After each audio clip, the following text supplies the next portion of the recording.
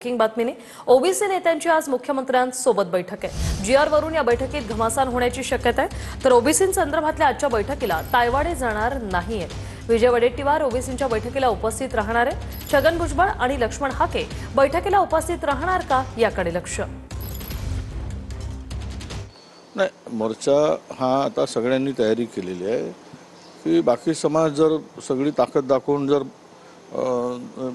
पूर्ण शक्ती प्रदर्शन करत असेल तर ओबीसी समाजसुद्धा हा एकवटला आहे आणि तो जर जीआर रद्द झाला तर आम्ही सगळ्यांना सांगू की मुख्यमंत्री महोदयांनी तो जीआर रद्द केलेला आहे आणि तो जीआर रद्द केल्यावर मुख्यमंत्र्यांचं आम्ही स्वागतही करू त्या मोर्चात। तुम्ही मुख्यमंत्र्यांचं स्वागत करणार? जीआर रद्द झाला तर स्वाभाविक 100% स्वागत करू आम्ही। बैठकीमध्ये काय कोणत्या विषयावरती चर्चा व्हावी अशी तुम्हाला? नाही, चर्चा नाही, पहिल्यांदा जीआर रद्द करावा आणि मग चर्चेला सुरुवात करावी। अदरवाईज ओबीसींचा हा विश्वासघात असेल। पहिला जीआर रद्द करा आणि मग चर्चा करा, ही आमची भूमिका आहे। आणि जीआर रद्द होणार नसेल तर मग बैठक करण्यात पॉईंटच नाही ना। त्यामुळे ओबीसीच्या हिताच्या, ओबीसीच्या पुढच्या पिढ्यांच्या भवितव्याची किंवा ओबीसींच्या अनाथ माती कालवण्याचा हा प्रकार आहे आणि आम्ही तो सहन करणार नाही। कोणाच्या बापाची पेंड आहे काय जीआर रद्द करणं?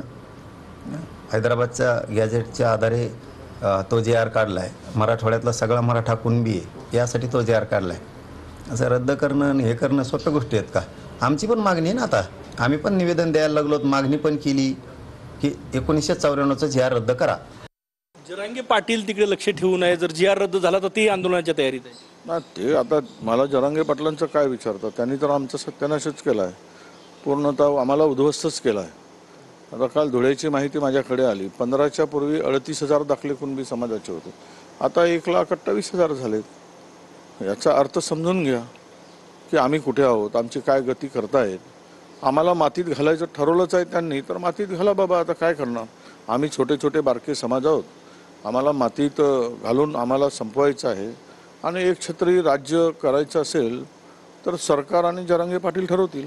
हां, राहुल गांधींनी सांगितलं वाटतं तिकडून, देऊ लाल्या त्यांनी सांगितलं वाटतं इकडे याला, कारण सध्या काँग्रेस मराठ्यांच्या विरोधात लय बोलायला लागले। उपकाराची परतफेड केली वाटतं ना मराठ्याची लोकसभेची। काँग्रेस हे मराठ्यांची उपकाराची परतफेड करायला लागलं वाटतं। जेव्हा सुपडा साफ करून घेईन आणि मग त्या वडंटीवारला एकट्यालाच आवळून बस म्हणा, राहुल गांधीला म्हणा एकट्यालाच घेऊन बस, त्याला आवळून बस। हे जे श्रेय राष्ट्रीय ओबीसी महासंघाला मिळतं आहे, या श्रेयाची जेलसी आहे, वैयक्तिक जेलसी की बा हे सर्व यांना कसं यश मिळते। आम्हाला मागण्या संविधानाशी निगडीत पाहिजे। मी नेहमी म्हणतो आमच्या मागण्या ह्या संविधानाशी निगडीत असतात, न्यायालयाच्या प्रक्रियेमध्ये बसणाऱ्या असतात आणि समाजाच्या उत्थानाच्या असतात, भल्याच्या असतात। वैयक्तिक स्वार्थ आमचा आजपर्यंत कुणाही पदाधिकाऱ्याचा राहिलेला नाही।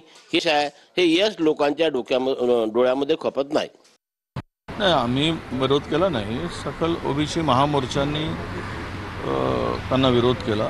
त्या कारण त्यांची भूमिका या जीआरच्या समर्थनार्थ होती आणि त्या जीआरचा नुकसान नक्की ओबीसी समाजाला होतो असे सर्व ओबीसी बांधवांची भावना आहे आणि त्याबद्दलचं चीड आणि राग आहे।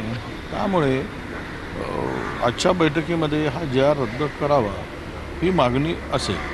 लक्ष्मण हाकेंचा एक प्रश्न आहे की ईडब्ल्यूएस, एससीबीसी आणि आता ओबीसी एका समाजाला किती ठिकाणी आरक्षण देणार, तरी उठाव होत नाही। कोणाचे हे प्रश्न ना काही चरी जजू असल्याला मोजीत मी चल, पण त्यांचा प्रश्न अरे दिलं ना उत्तर, मोजीत नाही मी चल। आजपर्यंत मनोज जरांगे आम्हाला मोजत नाही तर राहू दे ना बाबा। तुम्ही आजपर्यंत आम्हाला न मोजताच आमच्यावर राज्य केलं ना। आम्हाला जर मोजलं असतं, आमची संख्या जर कळली असती तर तुझ्यासारख्या 10% लोकांनी आमच्या डोक्यावर बसून मिऱ्या वाटल्याच नसत्या ना। त्यामुळे आम्हाला शासन मोजल, सेन्सस करायचं शासनानं ठरवलंय, केंद्र शासनानं। त्यावेळी आम्ही कळल किती आहे ते। तू नको मोजायच्या भानगडीत पडू, आणि तुला अगोदर ते मोजायला येतं का ते तर